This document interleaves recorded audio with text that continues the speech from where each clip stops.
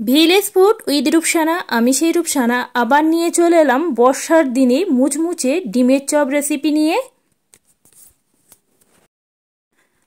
আসসালামু আলাইকুম সুপ্রিয় দর্শক বন্ধুরা, আজকের আমি বানিয়ে দেখাবো ডিমের চপ। তার জন্য এখানে নিয়েছি 5টা সিদ্ধ ডিম। ডিমগুলো এইভাবে আমি মাঝখান থেকে একটা ডিমকে 4 ফালি করে নিয়েছি। রেসিপি বানাবো বলে এখানে নিয়েছি 200 গ্রাম বেসন, দিয়ে দিলাম স্বাদ অনুযায়ী নুন, 1 চা চামচ উঁচু করে নিয়েছি জিরা আর মরিচের গুঁড়ো, সাথে যাচ্ছে 1 চুটকি হলুদের গুঁড়ো, আর যাচ্ছে 1 চুটকি লঙ্কা গুঁড়ো।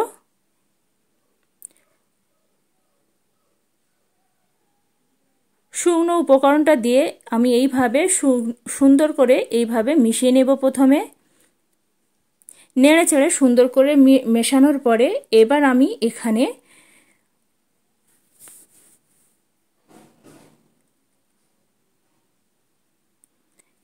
আমি অল্প অল্প করে পানি দেব আর সুন্দরভাবে একটা ব্যাটার রেডি করে নেব।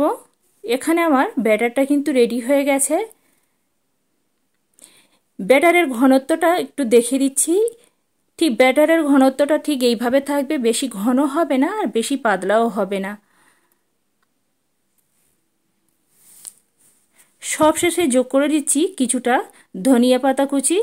ধনিয়া পাতাটা দিয়ে আবারও মিনিট 2 সময় নিয়ে এইভাবে সুন্দর করে বেসনের সঙ্গে মিশিয়ে নিতে হবে।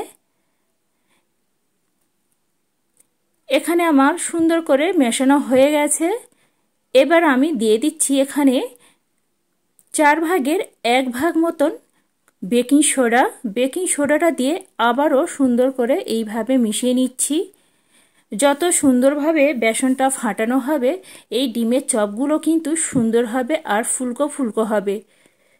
সুন্দর করে এখানে ব্যাটারটা এইভাবে রেডি করে নিলাম। এখানে আমি একটা কড়া বসিয়ে কড়াতে বেশ কিছুটা পরিমাণে তেল দিয়েছি। তেল গরম হয়ে গেলে এবার আমি আগে থেকে যে বেসনের ব্যাটারটা রেডি করেছিলাম এবার আমি এখান থেকে একটা একটা ডিম নেব আর এইভাবে কোট করে নেব বেসনের সঙ্গে।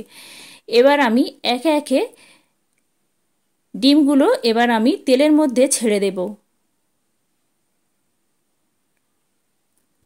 এইভাবে করে সমস্ত ডিমগুলো আমি একে একে তেলের মধ্যে দিয়ে দিলাম। ডিমগুলো এক পিঠ করে হয়ে গেছে ডিমের চপগুলো।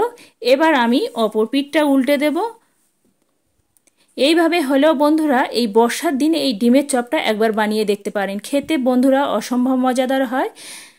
দোকান থেকে না কিনে এনে এইভাবে যদি বাড়িতে থাকা অল্প উপকরণ দিয়ে আর এখানে অল্প ডিম দিয়ে একদম পরিবার সহ কিন্তু এই ডিমের চপটা বানিয়ে খেতে পারেন। এবার আমি সমস্ত ডিমের চপগুলো উল্টে দিলাম। সুন্দর করে লালচে রং ধরিয়ে একদম মুচমুচে করে ডিমের চপগুলো ভেজে নেব।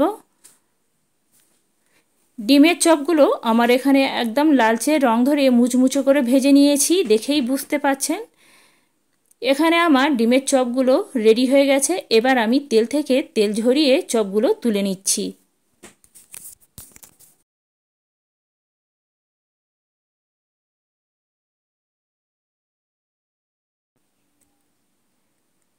এখানে বাকি যে ডিমগুলো আছে একই রকমভাবে এইভাবে বেসনের সঙ্গে কোট করে নিয়ে আবারও একে একে ডিমের চপগুলো আমি তেলের মধ্যে ছেড়ে দিচ্ছি। এগুলোকে সুন্দর করে উল্টে পাল্টে একদম মুচমুচো করে ভেজে নেব। বন্ধুরা এইভাবে হলেও আমার মতন করে একবার বানিয়ে দেখতে পারেন। বাড়িতে থাকা একদম অল্প উপকরণে তৈরি করে নেওয়া যায় এই ডিমের চপটা। খেতে বন্ধুরা খুবই অসাধারণ হয়। এখানে আমার ডিমের চপগুলো ভাজা রেডি হয়ে গেছে। আবারও আমি এখান থেকে তেল ঝরিয়ে ডিমের চপগুলো তুলে নেব।